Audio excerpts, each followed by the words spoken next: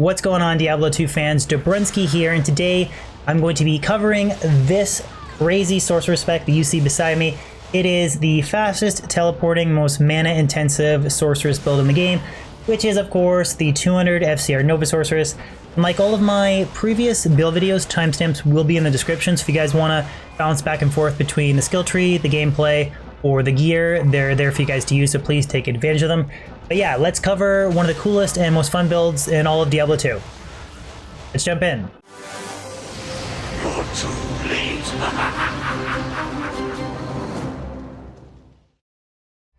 Before we take a little bit of a deeper dive into the 200 FCR Nova Sorceress, I just wanted to remind you guys, all of my YouTube subscribers, that I am now streaming full-time from Twitch, so every future Diablo 2 and variety stream will be taking place on that platform. Videos on YouTube, streaming on Twitch. The link for my Twitch channel is of course in the description. If you guys could give me a follow there, I'd really appreciate it. But there's three main points that I want to kind of go over about this particular build before we actually look at the skill tree and the gear. And the first is that this character is a super mana intensive character. I literally cannot stress that enough. With a fully maxed Nova, it's something like 50 mana cost per single use, and you can imagine at 200 FCR frames you're going to be using the skill a lot, so you're going to be chewing through your mana. So there's definitely a lot of things you need to take into consideration because of that. So mana after kill from items like Silk Weaves, maxing out the skill Warmth to increase mana regeneration, as well as having specific in-slot gear that is going to add additional mana. So something like Caster Amulets with mana that's boosted by battle orders, Wizard Spike, small charms that have plus life, plus mana, etc. You want to stack a lot of those to try and really maximize the total mana of your Sorceress. The second point is your skill investment after you've maxed Nova and Lightning Mastery. It's really interesting because your standard Lightning Sorceress is kind of one hard point into Frozen Armor, one hard point into Warmth, and then you have like your Static Field, Teleport, and then everything else is put into the synergies of Lightning and Lightning Mastery, right? So you're maxing like Charge Bolt, Nova, Chain Lightning, Lightning Mastery, etc. It is the total opposite with the Nova Sorceress. So after you've maxed Nova and Lightning Mastery and have Teleport, you're going to have a lot of extra freedom with your remaining skill points. So I actually chose to max out Warmth, and then I put one hard point into Cold Mastery, and then I maxed Frozen Orb, and then put my remaining points into Ice Bolt to just synergize Frozen Orb. And I really just use that as kind of a cleanup skill if there is lightning immunities. So if I'm farming in the pits, you'll never run into lightning immunities and you don't need to use Frozen Orb. But if you're farming like the Chaos Sanctuary, you can use Frozen Orb as kind of a cleanup skill. Again, it's up to you. You can max like Frozen Armor or Shiver Armor or something, but yeah, you're gonna have a lot of leftover points after you've maxed Nova and Lightning Mastery. And the third and final point is that I'm not going to cover attributes in this build because I have numerous source builds on my channel. If you guys want to check them out, just give my YouTube page a look over. But this is a max Vita setup, so I have 156 strength to equip Spirit and a Monarch, and I have capped resistances, enough dexterity just to equip Wiz Spike. You'll see that later on when we go over the gear. Nothing into mana, and then everything else into vitality, just your standard max Vita setup.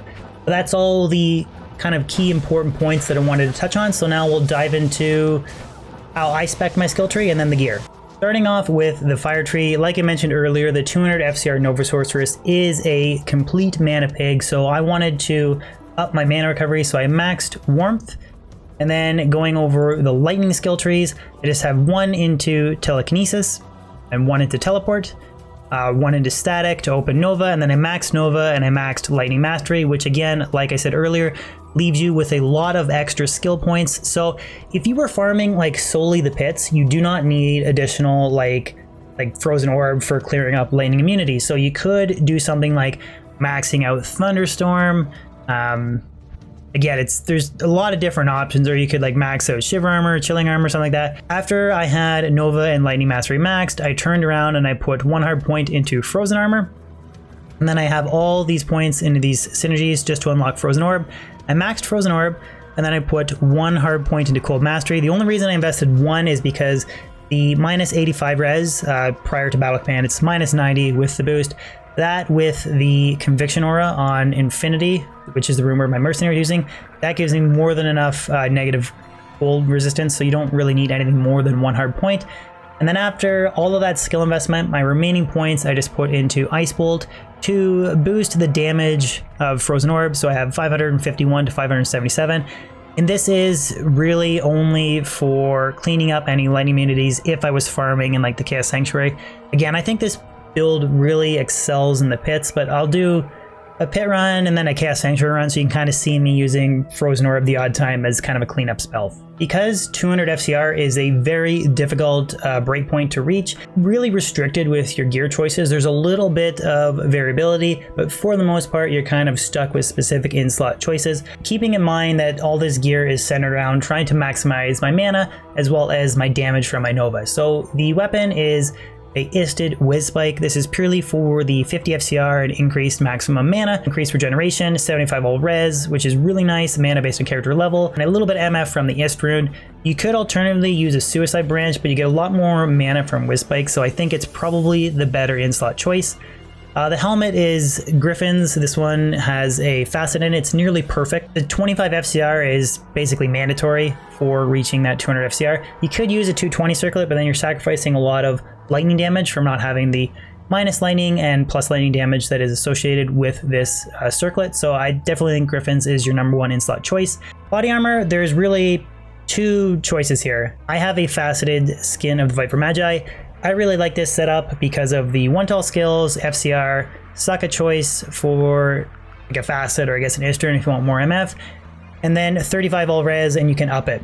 Ormus robes like a +3 to Nova, that is an option. I don't actually know, like I don't want to whip out a calculator, but I don't really know the damage difference between +1 all skills and like a 5/5 facet and then +3 to Nova and a 5/5 facet, but you're also sacrificing resistances, which if you're farming solely in an area like the pits, doesn't really matter. But if you want to kind of go to other areas like Chaos Sanctuary, it's nice having the additional resistances, So those are really two viable body armors. I think Skin of the Viper Magi is better, but you could definitely go with a 3 to Nova Ormus, which I don't actually have for this video. Shield is a 35 FCR Spirit. There is no other option. You have to use a 35 FCR Spirit. The Amulet, I have a 220, 105 mana Caster Amulet. That 105, you can buff it with battle orders, and it's literally, that's like god tier for this specific build because it adds a whole whack load of mana.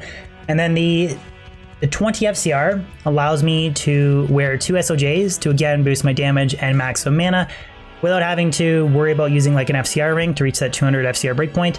Arachnid's Mesh for the +1 to all skills and 20 FCR.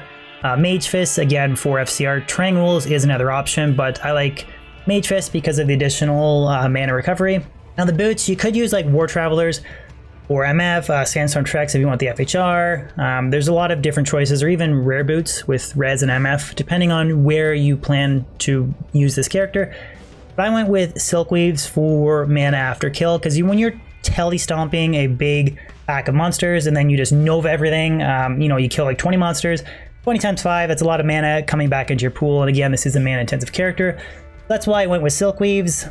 I believe that's everything. I've missed the odd gear selection piece explaining it on previous build videos, so trying to avoid that. And on the offhand, I have Spirit and a CTA. And then for the inventory, I have a Torch and Annie. This one is a 17-16 Torch and a 16-19 Annie. This is actually my second Sorceress, so it's not as good as my main Sorceress. And then I have a full inventory of Lightning Skillers. One has 7 FHR Pastor Runwalk, a bunch of plain, and then I have a 15 to life and 10 to life Sorceress or Lightning Skiller. And then I have 1 FHR mana small charm that helps me reach 60 FHR breakpoint with the 55 on Spirit. And then every other small charm is either life and mana, MF and mana, strength and mana. You get the idea, stacking a lot of additional percent MF, stacking a lot of additional mana to get a really high total mana pool when I'm buffed with battle orders, because I actually have almost 1300 mana before I even buff, so definitely a lot with this character. And then for the mercenary, I'm just using my standard Infinity V-Gaze Fortitude setup. There's a lot of different other options you can use, like Endurials for the helmet or Treachery for the body armor, etc., but pretty much mandatory to use Infinity.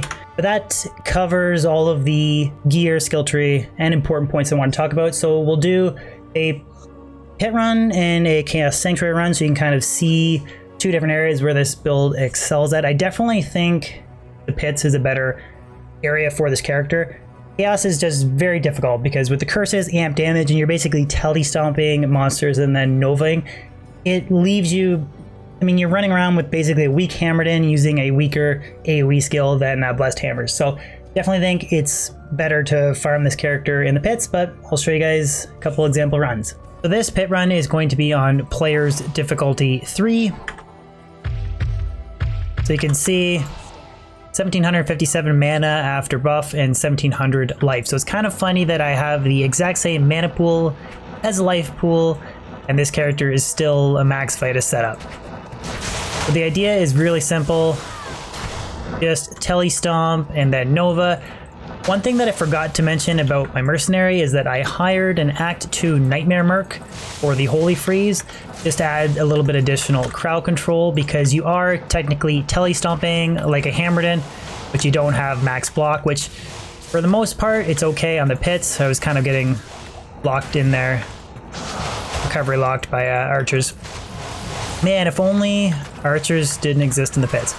Anyways, for the most part, like I said, I was using the Holy Freeze Mercenary for a little additional crowd control. Just stops you from taking, well, it just makes everything a little bit safer. It's not too big a deal in the pits outside of archers, to be honest. Like, that's the bane of any pit farming character, period, is archers. I'm just kind of clearing everything on Players 3. Same idea as tele-stomping and switching to concentration for Hammered In, except we're just switching to Nova. But I think if you were going to make this a 100% dedicated pit farming character, you could probably get away with a Might Merc. Be okay. Although a little bit extra crowd control is nice, considering the Sorceress is a lot more fragile than a Hammered In, and again, like tele-stomping, fanaticism and stuff with archers. This is essentially a weaker, more mana intensive Hammered In without insight. So that's pit level 1 on Players 3, and then we'll go down to Players 1 for a Chaos Sanctuary run. As you can see, like I mentioned earlier, the pits, there's absolutely no need to spec into Frozen Orb. Should have full rejuves. We're good to go. We didn't really drop anything crazy from the chest. Nope. But this is why I think that this spec in Chaos Sanctuary is pretty dangerous, because see, we have amplified damage on me.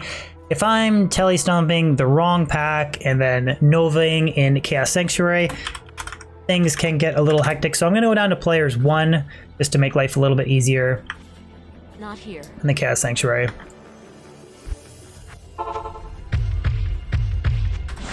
Buff. And you will see that we will run into odd lightning immunity, which we can clean up with Frozen Orb.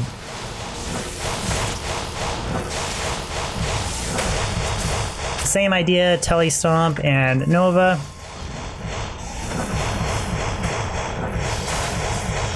You can see that, especially in like later areas other than the pits, it takes a little bit more work to kill these guys, which isn't the end of the world, but that's definitely the reason why I have Frozen Orb. You can even use Frozen Orb on these Stranglers if you want to, because they're lightning immune and then Infinity breaks it. So despite not being completely immune, they still have a high elemental resistance to lightning. So again, it's not a bad idea to use Frozen Orb, just clean them up. Or you can still tele-stomp and Nova, either run works. But these curses can be super annoying, especially with amp and then teleporting into the wrong mob. But again, that's the reason why I think that a Holy Freeze Mercenary is really good for this build. Add a little bit extra crowd control versus just tele-stomping and everything's attacking you at full speed. Let's Frozen Orb those guys out.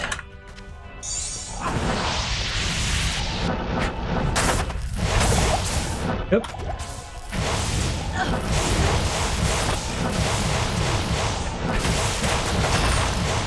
The best way that I think you can describe this build is literally a weaker Hammered In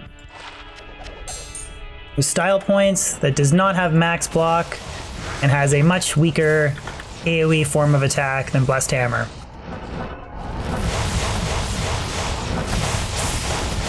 That's why I would never run this on... You could probably do Players 3. Chaos Sanctuary would be okay. But I would never try something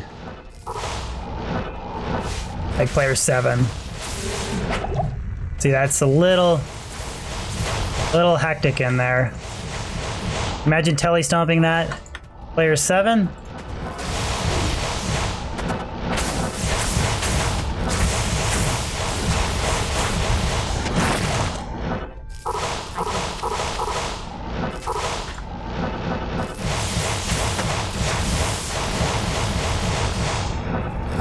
They haven't run into a lightning immunity, which is kind of funny. I don't really like running Lightning Sorceress in Chaos. I'd rather run Blizzard because I find that you run into a lot of lightning immunities. And then as I say that, I haven't run into a single one yet.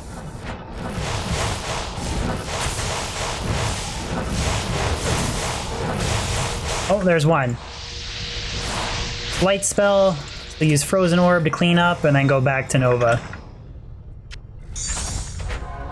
We'll leave the Druid Mask. Not like I'll ever get a 6 NATO in my entire life anyways.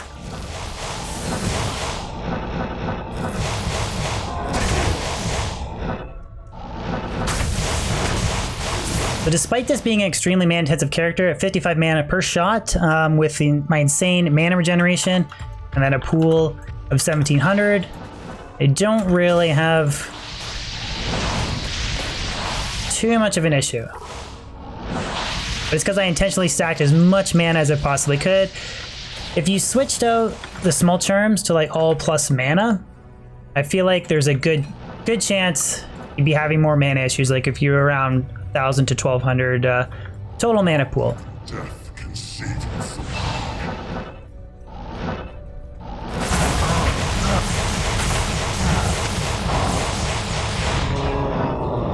There is our Players 1 Diablo kill with the 200 FCR Nova Sorceress. So guys, I really do hope you enjoyed this video. Covered a lot of the key important points, kind of showed how you can distribute your skills, because Nova and Lightning Mastery, after their max, there's a lot of other freedom in your skill points. And then yeah, an example pit run and chaos runs. Hopefully you guys enjoyed this video. If you could throw a like on it, share it, and even consider subscribing if you're new to my channel, as well as give me a follow on Twitch. The link for my Twitch channel, it's in the description as well. But yeah guys, thank you so much for the support, and I'll see you on my next video or live stream. Peace out.